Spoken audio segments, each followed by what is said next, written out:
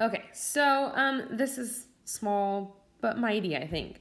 So it says it's convenient to use the unit circle to find your trig functions of your quadrantal. It's a weird word, angles. It's an angle in the standard position whose terminal side lies on an axis. That was what I highlighted in the previous slide.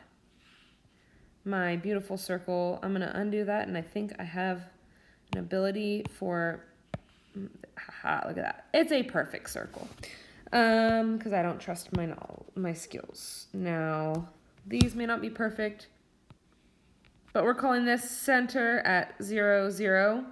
And since it's a unit circle, this is the 1, 0, 0, 1, -1, 0, and 0, -1. These positions are also 0 radians. Pi over 2 radians. This is pi radians. And then, let me make this up a little bit. There we go. 3 pi over 2 radians. Now, radians and degrees also have that connection. You guys learned that in the previous lesson. So this is actually 0 degrees or 360 degrees. That's a whole rotation.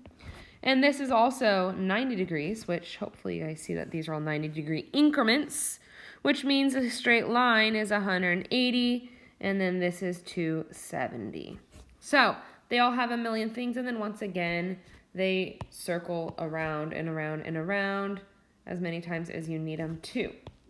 But just remember, what is on the inside is what tells you what you're looking at, degrees or radians. And the point value is that length of the legs.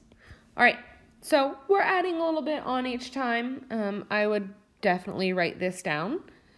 It's going to be important to kind of learn this a little bit at a time.